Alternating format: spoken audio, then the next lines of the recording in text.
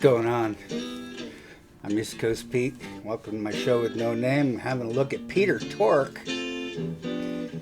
Peter Halston Thorkelson, born in 1942, bassist and keyboardist for the Monkees. And he died last year. He grew up in Connecticut, became part of the Greenwich Village folk scene where he met Steve Stills. They came to Los Angeles together in the 60s. His father taught at UConn, and Pete grew up in a Hartford suburb. He began piano lessons at 9. He attended Carleton College in Minnesota before moving to New York City. By then, he was accomplished on banjo, guitar, and acoustic bass. Steve Stills auditioned for the Monkees, but he was turned down because the producers didn't like his hair or his teeth. So important for a musician. I can relate. Still suggested Tork, who got the gig because he had an open Nordic look. So important for a musician and would-be pop star. Of all the Monkees, Tork played most on their early albums, contributing keyboards, bass, banjo, and harpsichord.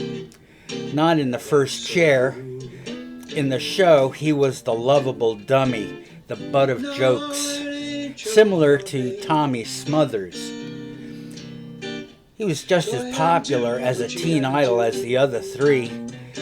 His good-natured beachcomber smile made the show familial and gave hippies a good image, which they sorely needed. And these guys were, if nothing else, clean and with nice teeth. There is a thought that if the Monkees would have been built around the boys' individual talents, that Tork would have been the guitarist, Nesmith on bass, Jones on drums, and Dolenz on lead vocals. But the producers wanted to capitalize. Sky High. Sky High. This is a song that you might know if you're I'll let Pete talk a little bit. Probably as old as your grandmother, really. But this is an old song. I'm going to do it a little bit different. I was thinking about this earlier.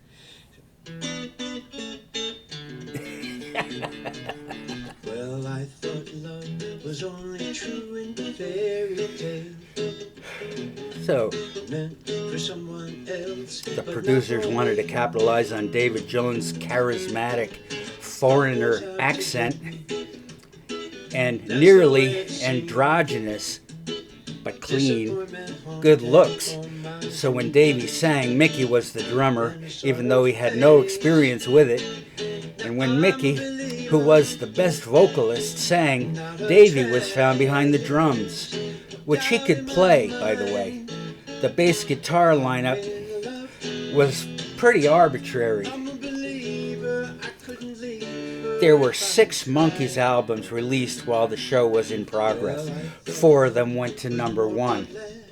The idea of a music video became popular as each Monkees episode featured a flowery music video, and the fans were ecstatic. But in less than 2 years, Tork saw that the Monkees would not gel as a real band. He was the first to leave. He bought out the remaining 4 years of his contract, leaving him impoverished. And the Monkees lost their soul when he left. And Tork died of cancer at the age of 76, but he left a long legacy of accomplishments, both musical and otherwise.